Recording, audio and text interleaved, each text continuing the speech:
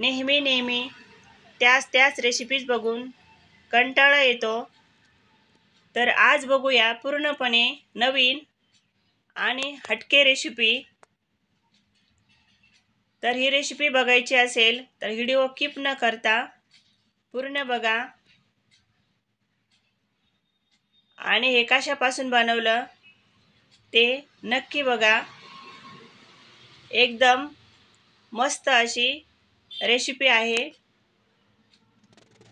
तर बीट घेऊन त्यावरील साल काढून किसून घेतलं, मिक्सरच्या भांड्यामध्ये घालून थोडंसं पाणी ॲड करायचं, एकदम छान अशी पेस्ट करून घेतली। तर सर्व हे बीटचं मिश्रण पॅनमध्ये घालून परतून घ्यायचं। परतून झालं की त्यामध्ये अर्धी वाटी दूध ॲड करायचं आणि पुन्हा 1 ते 2 मिनिट परतून घ्यायचं। तर त्यातील पाण्याचं प्रमाण कमी झालं की त्यामध्ये 4 ते 5 चम्मच मिल्क पावडर ॲड करायची आणि हे मिश्रण एकजीव करून घ्यायचं, मिक्स करून घ्यायचं। मिल्क पावडरच्या गाठी नाही होऊ द्यायच्या आणि त्यानंतर त्यामध्ये आवश्यकतेनुसार साखर घालायची। तुम्हाला कितपत गोड हवा आहे त्यानुसार साखर ॲड करून परतून घ्यायचं। तर तुम्ही बघू शकता हे मिश्रण आता पॅन सोडत आहे, म्हणजेच परफेक्ट असं शिजलेलं आहे। त्या स्टेजला 2 चमचे तूप घालून मिक्स करून घ्यायचं, गॅस बंद करायचा आणि हे मिश्रण थंड करायला ठेवायचं आहे।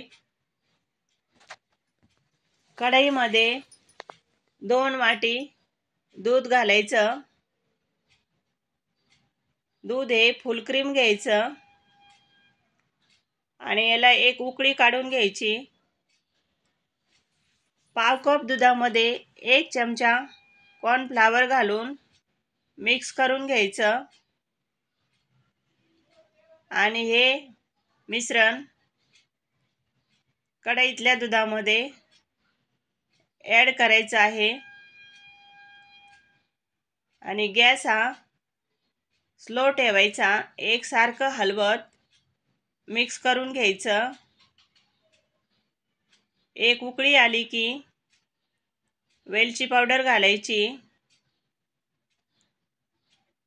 आणि उकळून घ्यायचं।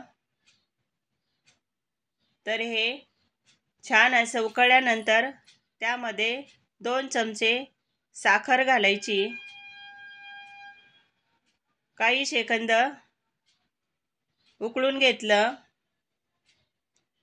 तर छान अशी घट्ट तुम्ही टेक्स्चर बघू शकता, रबडी तयार झालेली आहे। गॅस बंद करायचा। इकडे हे बीटरूटचं मिश्रण ही थंड झालेलं आहे, तर त्याचे असे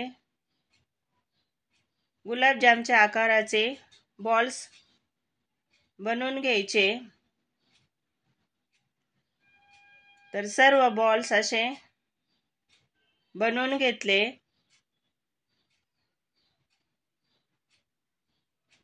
तर तुम्ही बघू शकता किती सुंदर दिसत आहेत। तर एका वाटीमध्ये सर्व बॉल्स असे काढून घ्यायचे।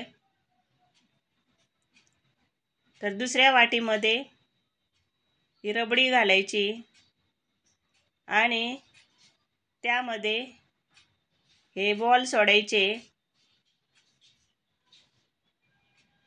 तर याची चव एवढी सुंदर लागते, एवढी भन्नाट लागते। एकदा ही रेसिपी घरी नक्की बनवून बघा। आणि कशी झाली ते कमेंट करून सांगा.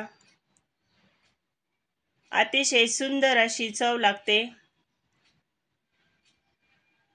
आणि बनवायलाही खूप असं साहित्य लागत नाही. अगदी घरामध्ये असणाऱ्या साहित्यामध्येच बनवून तयार होते. तर तुम्हाला माझ्या अशा साध्या आणि सोप्या रेसिपीज जर बघायला आवडत असतील आणि माझ्या चॅनलला सबस्क्राईब केले नसेल तर चॅनलला सबस्क्राईब करा. पुन्हा भेटू अशीच एक नवीन रेसिपी घेऊन. तोपर्यंत मस्त खा आणि स्वस्त रहा. धन्यवाद.